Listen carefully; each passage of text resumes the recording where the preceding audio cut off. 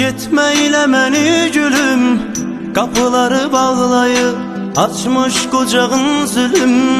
Düşünmüsənmi heç sensiz axı neylərəm? Dərdimi hər gecə tənhalığa söylərəm. Mən səndən sonra dərd elə yıxdı ki, sensizliyin aman dərmanı yoxdur ki, ürəyim döyünürsə. Həvəsim sən imişsən, həyatım gülüm ömrüm, nəfəsim sən imişsən.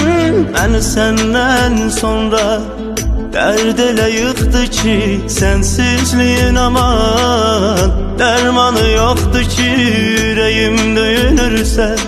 Həvəsim sən imişsən, həyatım gülüm ömrüm, nəfəsim sən imişsən.